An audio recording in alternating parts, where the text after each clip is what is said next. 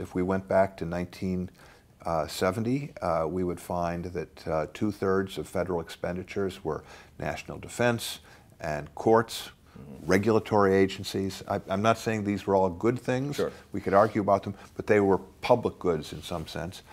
Today, 3/4 of federal spending this year of the federal government will be simply income transfers.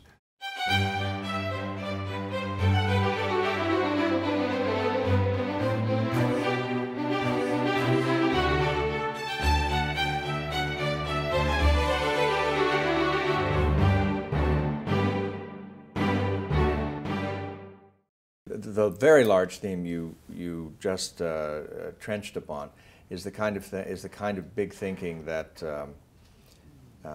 you've been associated with for a long time. I mean, combining sort of economic criticism with historical facts and with a kind of constitutionalist sentiment. Obviously, the decline of the legislature in a regime of self-government is a very profound problem, and one that you are, I am happy to say, illuminating. It's a crisis, though, it's a slow motion crisis in a way. I mean, there's no emergency yet, at least.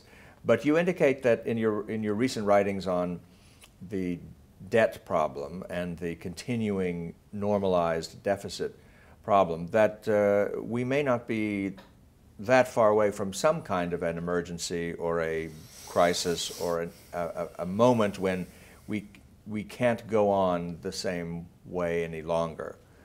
Tell me, say something about your read of the larger implications of the debt and deficit problem. I think that it has, like the administrative state problem, it has intellectual origins, but it also has practical, political, material origins. The intellectual culprit was Keynes. Keynesianism was actually a wonderful idea and contribution during the Depression. Before that, governments had borrowed money in emergencies, wars. When big opportunities arose, the Louisiana Purchase was when Jefferson overcame his constitutional qualms. He paid for it mostly by having the Treasury run off a very fancy-looking certificate and giving it to Napoleon as an indication of $11 million in debt. So we had borrowed money for emergencies and opportunities, and Keynes simply made the point that if you have an emergency of an economic nature rather than a war or a hurricane, it is equally legitimate to borrow money. Government should run a deficit during very bad times. He did that in a world where everybody, including himself, agreed emphatically that the government should normally balance its books. So he wanted a deficit in bad times and a surplus in good times. And there were many refinements to the basic Keynesian idea. But the important thing is, it was never tried, ever. We've never tried Keynesianism, because once people in politics began thinking, when you were putting together this year's budget, instead of we have got this much taxes and we've got these many expenditures and we've got to make them fit, what people started to think of was today's problems versus tomorrow's resources. That was the intellectual change that Keynes promoted, and there was some legitimacy to it, but man, you're a politician and you're thinking, wait a minute. Right. It's self-undermining. And especially Americans, the future is going to be rich and everything's going to be great, especially if we can get through these terrible problems I'm encountering. So it was a way to relax resource constraints. And it had a dynamic to it, which was, once it got going, the public and its representatives got used to the fact that society as a whole was paying fewer taxes than receiving benefits. And that is the world that we are in today. It's a great deal if you can, 20, you can get it. 30% of federal expenditures are being borrowed rather than are being Routinely, borrowed rather than taxed.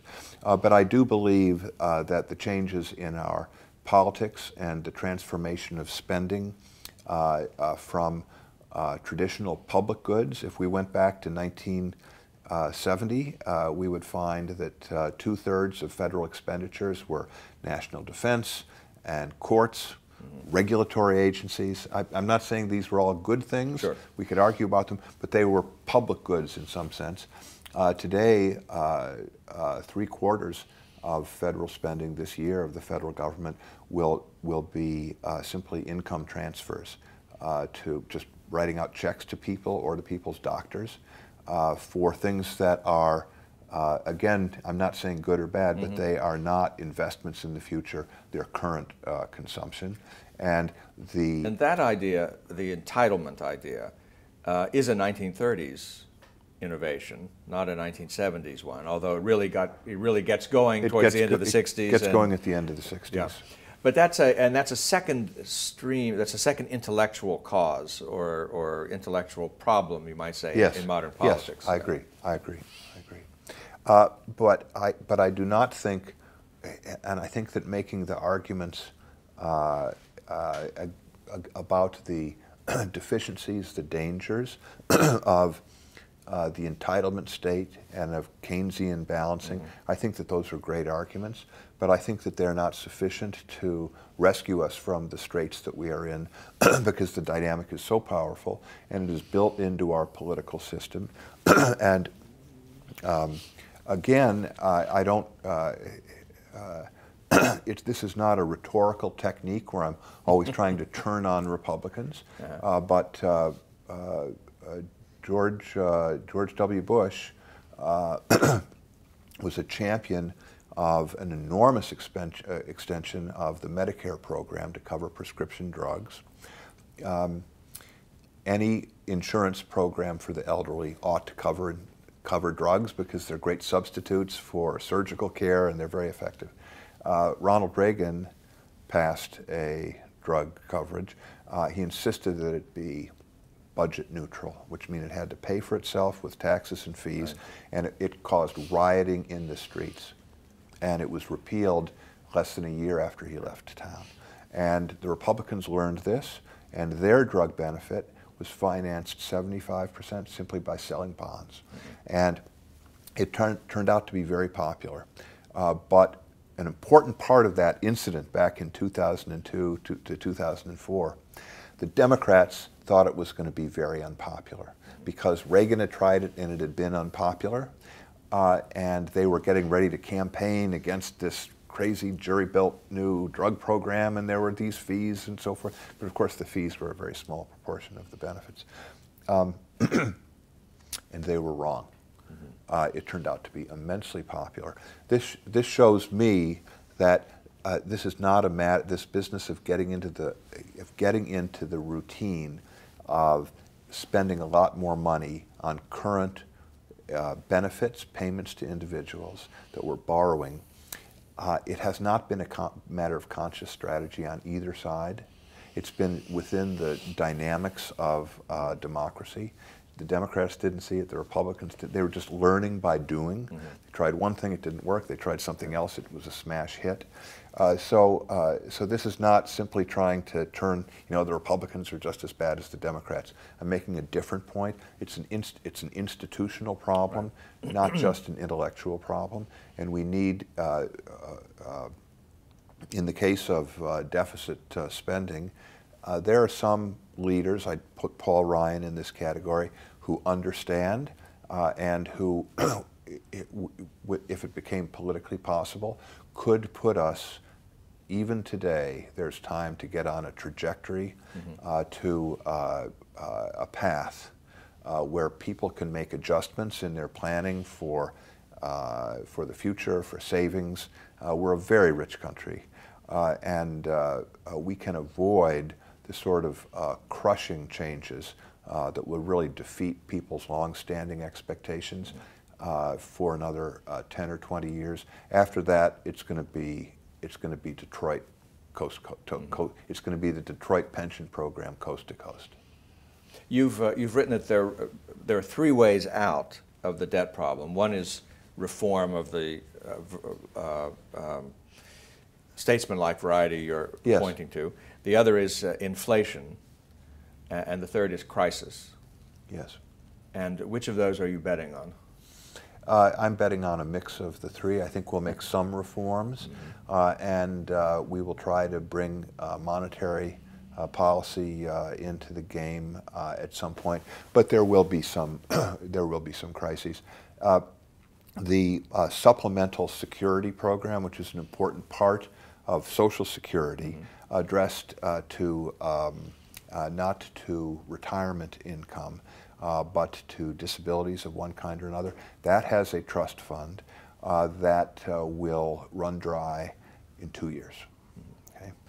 Social Security has another decade or two to go. The statute says that these programs, once the trust fund is gone, may not spend any money.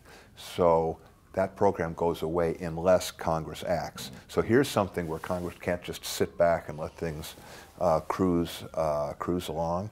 Something has to be done. It will certainly face pressures to combine the two funds, so borrow from Social Security. But that will be very transparent because the Social Security problem is coming up at us. And if we try to take that money and put it into disability, it's going to move the day of reckoning. Right. I'm getting a little technical here, but these debates are going to get interesting in the short term, yes, no matter who gets elected to whatever branch of government.